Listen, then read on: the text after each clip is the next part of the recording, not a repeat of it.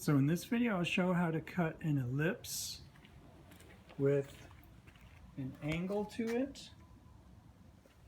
as well as cutting an inside out cut to make a frame.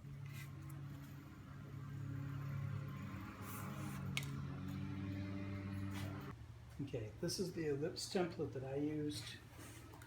I basically took the four corners of a foam board and fastened them to a 24-inch square piece of plywood. And a couple things there. So the screws go all the way through and they penetrate the wood, so when I press it down, it will hold. It doesn't move. Then these runners that go along here, they're just a piece of oak, just a scrap piece of lumber I had. I cut it down so that it would slide. It actually has a reasonable gap, maybe a couple millimeters on either side. And that really wasn't an issue because of the size of the ellipse that I was cutting. I would say this is fairly temporary, so I might get about 15 or 20 cuts out of this, but after a while the foam itself, it starts to move. The important thing was I had tried other versions, but if there's any exposed fittings, things were getting stuck. So they would, as the arm is going along, it would hit an exposed fitting, and then I wouldn't get a smooth edge. I'd get a bumpy edge like this as opposed to a nice smooth edge. Okay, not only do I want to cut an ellipse, I want to be able to cut this at an angle. So what I've done with this hot wire is I put it onto a threaded rod that I can adjust, and then I can cut this at an angle as it's passing through.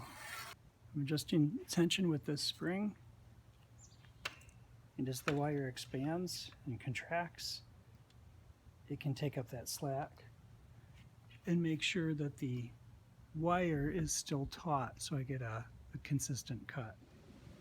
This is the wire that I used. I used 20 gauge. I'm under the impression that I needed a thicker gauge metal to cut through the thicker foam. I was cutting through 8 inches of foam at the same time. I don't think that's really required. What that did require is me to pull out a power supply from a computer because that pumped out enough amps to actually get this golden red hot. The little 6-volt battery wasn't enough, and a little couple amp power supply was not enough. So I think most people are using 28 gauge. 20 gauge worked, but you're going to need the power to cut it. So this is the power for the wire.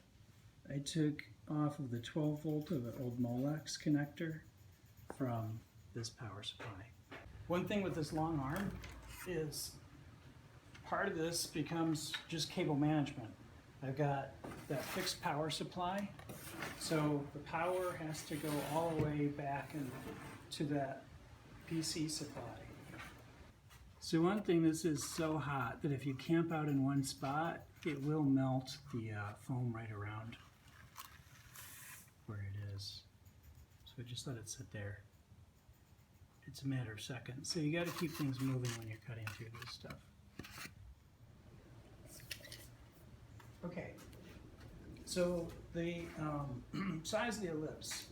The X and the Y are reasonably easy. You want to measure basically your extreme. So let's say this is the Y, that's at 20. I'd put this guide at 20 inches from the cutting element. This one, if I say it's at 36, I'd put this one at 36 inches from the cutting element. And then Pythagoras figures out the rest. What's unique though is the template itself. The size of the template is based on the difference between the X and the Y. So if I'm at 36 and 20, this needs to be 16 inches on that longest run.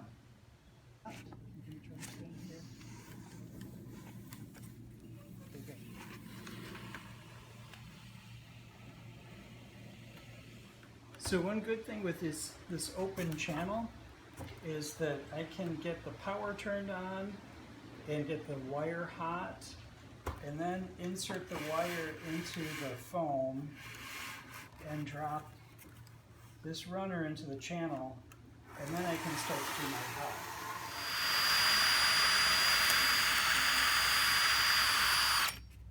I can feed the wire through. Yeah, that outside frame part.